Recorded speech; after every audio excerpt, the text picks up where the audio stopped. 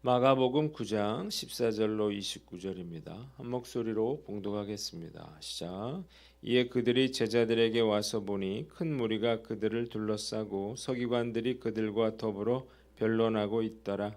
온 무리가 곧 예수를 보고 매우 놀라며 달려와 문안하거늘 예수께서 물으시되 너희가 무엇을 그들과 변론하느냐. 무리 중에 하나가 대답하되 선생님, 말 못하게 귀신 들린 내 아들을 선생님께 데려왔나이다. 귀신이 어디서든지 그를 잡으면 거꾸러져 거품을 흘리며 이를 갈며 그리고 파리해지는지라.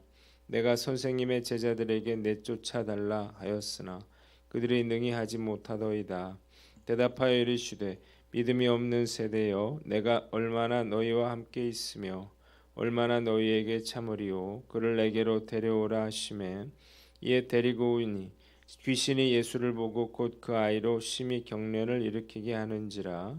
그가 땅에 엎드려져 구르며 거품을 흘리더라. 예수께서 그 아버지에게 물으시되 언제부터 이렇게 되었느냐 하시니 이르되 어릴 때부터니이다. 귀신이 그를 죽이려고 불과 물에 자주 던졌나이다. 그러나 무엇을 하실 수 있거든 우리를 불쌍히 여기사 도와주옵소서. 예수께서 이르시되 할 수 있거든이 무슨 말이냐. 믿는 자에게는 능히 하지 못할 일이 없느니라 하시니 곧 그 아이의 아버지가 소리를 질러 이르되 내가 믿나이다. 나의 믿음 없는 것을 도와주소서 하더라. 예수께서 무리가 달려와 모이는 것을 보시고 그 더러운 귀신을 꾸짖어 이르시되 말 못하고 못 듣는 귀신아, 내가 내게 명하노니 그 아이에게서 나오고 다시 들어가지 말라 하시매 귀신이 소리 지르며 아이로 심히 경련을 일으키게 하고 나가니 그 아이가 죽은 것 같이 되어 많은 사람이 말하기를 죽었다 하나 예수께서 그 손을 잡아 일으키시니 이에 일어서니라. 집에 들어가시매 제자들이 조용히 묻자오되 우리는 어찌하여 능히 그 귀신을 쫓아내지 못하였나이까. 이르시되 기도 외에 다른 것으로는 이런 종류가 나갈 수 없느니라 하시니라. 아멘. 오늘은 마가복음 9장 말씀을 가지고 할 수 있거든이 무슨 말이냐 이런 말씀으로 묵상 나눔하도록 하겠습니다. 한번 따라해 봅시다. 예수께서 귀신 들린 아이를 고치심. 자, 예수님이 많은 병자들을 고쳐주신다고 하는 소문이 유대 전역에 퍼지자 수많은 사람들이 예수님을 찾아왔습니다. 마침 물에도 넘어지고 불에도 넘어지는 간질병에 걸린 그런 아들을 가진 한 아버지가 이 소문을 듣고 예수님을 찾아왔는데 이때 예수님 어디 계셨나요? 베드로와 야고보와 요한과 함께 변화산에 계셨습니다.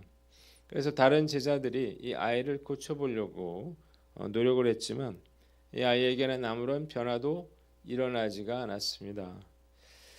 변화산에 올라가셨던 예수님이 돌아오시자마자 이 아버지는 자신의 아들이 간질병으로 심히 고통받고 있음을 호소하면서 제자들이 자기 아들을 능히 고치지 못했다 이렇게 말을 해요.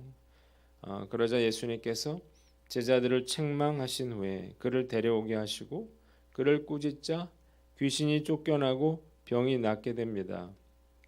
제자들이 예수님께 왜 자신들은 귀신을 쫓아내지 못했습니까? 이렇게 묻자 예수님은 믿음이 작은 까닭이라 이렇게 말씀하시면서 겨자씨 한 알만한 믿음이 있다면 산이 옮겨질 것이고 능치 못할 것이 없다 이렇게 말씀하셨습니다. 본문을 통해서 우리가 깨닫는 교훈들이 몇 가지가 있어요. 첫째로 많은 사람들이 어려움 가운데 있음을 알라는 것입니다. 한번 따라해 봅시다. 많은 사람들이 어려운 가운데 있음을 알라. 자, 귀신 들린 아들이 발작을 할 때면 소리를 질렀습니다. 거품을 흘리면서 심히 몸을 상하고 나서야 정신을 차렸어요. 게다가 이 아들이 물에도 넘어지고 불에도 넘어졌으니까요. 얼마나 그 아버지가 고통스러웠을까요? 아마도 이 아버지는 생업을 포기하고 이 아들을 치료하기 위해서 정말 많은 노력을 기울이고 그리고 하루하루를 슬픔과 눈물 속에 살고 있었을 것입니다. 자, 물에도 넘어지고 불에도 넘어지는 이 아이를 보면서 이 시대 역시 이렇게 수많은 고통받는 사람들이 있다는 사실을 깨닫게 됩니다. 질병으로 인해서, 사고로 인해서 어려움 당한 가정들은 물론이고, 또 그렇지 않더라도 정말 많은 사람들이 어려움 속에서 살고 있습니다. 특히 요즘엔 자녀나 또 부부간의 문제를 다루는 그런 TV 프로그램들이 많은데, 이걸 보면 참 안 됐다 이런 생각이 들어요. 그리고 요즘 청년들이 어렵잖아요. 어려운 그런 상황들을 생각하면 마음이 아픕니다. 대한민국이 OECD 국가들 중에서 최고의 자살률을 기록하고 있는 것은 결코 우연한 일이 아닙니다. 우리 예수 믿는 사람들에게도 이 세상을 살아간다고 하는 것은 결코 쉽지 않은 일이라는 사실을 아시기를 바랍니다. 이 세상을 사는 동안에 세상이 주는 어려움과 고통을 피해갈 수 있는 사람은 단 한 사람도 없는 것입니다. 먼저 겪은 사람이 있고 좀 나중에 그런 일들을 겪는 그런 차이가 있을 뿐이에요. 우리가 우리 주변에 정말 많은 사람들이 어려움에 처해 있다는 사실을 알아야 합니다.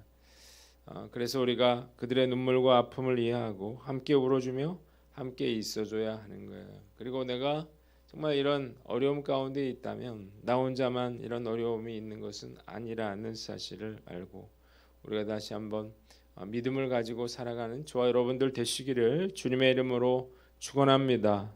두 번째는 영적 전쟁에서 승리하라는 것입니다. 한번 따라해 봅시다. 영적 전쟁에서 승리하라. 자, 아들로 하여금 불에도 넘어지고 물에도 넘어지게 했던 배후 세력은 바로 귀신이었습니다. 우리가 겪는 어려움의 배후에 이런 영적 세력이 있을 수 있다는 사실을 알아야 합니다. 이 시대도 마찬가지예요. 눈에 보이지는 않지만 우리 삶에는 늘 이런 영적 전쟁이 벌어지고 있는 것입니다. 그래서 우리는 반드시 이런 영적 전쟁에서 승리하셔야 합니다. 영적 전쟁에서 승리하기 위해서는 우리 두 가지에 유의해야 되는데, 첫째로 죄 짓지 말아라는 것입니다. 죄를 지으면 그런 마귀를 끌어들이게 됩니다. 어둠의 세력이 우리의 삶에서 활동하도록 만들어 주는 것입니다. 그렇게 하도록 기회를 주는 거예요. 사람들은 이걸 모를 뿐만 아니라 자기가 죄를 지어도 얼마든지 언제라도 죄로부터 돌이킬 수 있다 이렇게 생각하는데 천만의 말씀이에요. 죄를 지면 덫 같은 것입니다. 한번 걸리면 절대로 빠져나올 수가 없는 것입니다. 사단은 죄를 통해서 우리 마음과 육체, 우리의 성품과 우리의 명예, 우리의 모든 것을, 우리의 가정을 파괴하려고 하는 거예요. 그래서 우리가 오늘 하루 살아갈 때 죄 짓지 않도록 그렇게 노력해야 하는 것입니다. 두 번째는 예수님의 능력을 의지해야 되겠죠. 자, 내 힘으로는 이런 영적 전쟁에서 승리할 수가 없습니다. 그래서 우리는 반드시 예수님의 능력을 의지해야 합니다. 자, 예수님과 동행하고 예수님을 의지하고 그래서 예수님의 능력으로 사단의 정체를 드러내고 그리고 어둠의 세력과 맞서 싸워야 하는 거예요. 예수님의 능력을 힘입을 수만 있다면 어떤 영적 전쟁에서도 승리할 수 있다는 사실을 믿으시기를 바랍니다.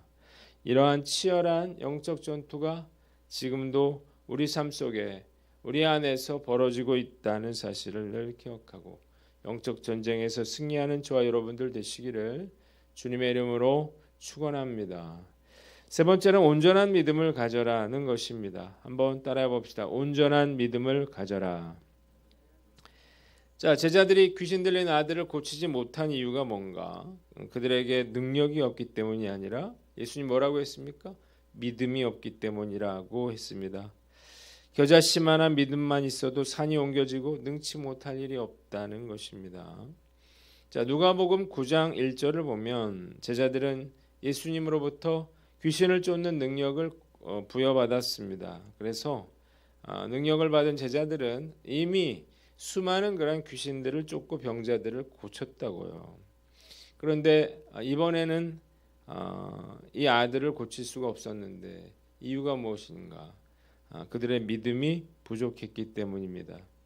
우리가 능력이 없어서 이런 일들을 하지 못하는 게 아니고 우리가 믿음이 없어서 이렇게 하지 못한다는 사실을 우리가 알아야 하는 것입니다. 자, 능력은 우리에게 주어졌어요. 중요한 건 믿음이에요. 자, 능력을 발휘하기 위해서는 이런 믿음이 필요한 거죠. 여러분들 앞에 놓여 있는 그러한 산과 같은 그러한 문제는 무엇인가요? 핵심은 그 문제가 얼마나 크냐가 아니고 내 믿음의 크기가 얼마나 되느냐에 달려 있다는 것입니다. 산과 같은 문제가 아니라 산을 옮기시는 그러한 능력의 예수님을 우리가 온전히 의지하는 그러한 믿음이 없기 때문에 그것이 문제라는 거예요. 오늘 난 어떤가 한번 살펴보고 할 수 있거든이 무슨 말이냐 물으시는 주님 앞에 우리가 믿음으로 반응하는 저와 여러분들 되시기를 주님의 이름으로 축원합니다. 마지막으로 기도를 회복하라는 거예요. 한번 따라해 봅시다. 기도를 회복하라. 자, 기도가 무너지면 그러면 권위가 무너지고 조롱거리가 됩니다. 제자들이 귀신 들린 아들을 고치지 못한 이유가 무엇이었습니까? 기도를 게을리했기 때문이에요. 예수님 뭐라고 했어요? 기도 이외에 다른 것으로는 이런 종류가 나갈 수 없다 이렇게 말씀하셨습니다. 제자들이 처음에 이제 능력을 부여받고 나갈 때는 기도를 열심히 했던 것 같아요. 그래서 많은 능력이 나타났고 왜 이번에는 이런 능력을 발휘하지 못했느냐? 사역이 바쁘다 보니까 기도를 게을리했던 것은 아닌가?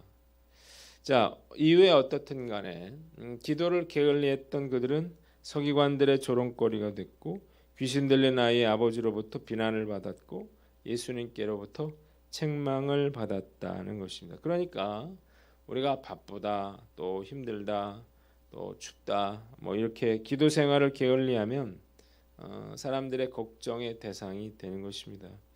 우리가요 기도 생활 게을리하잖아요. 예배 생활 게을리하잖아요. 그러면 믿지 않는 남편이 걱정을 해요. 또 자식들이 걱정하는 그러한 처지가 신세가 된다고요.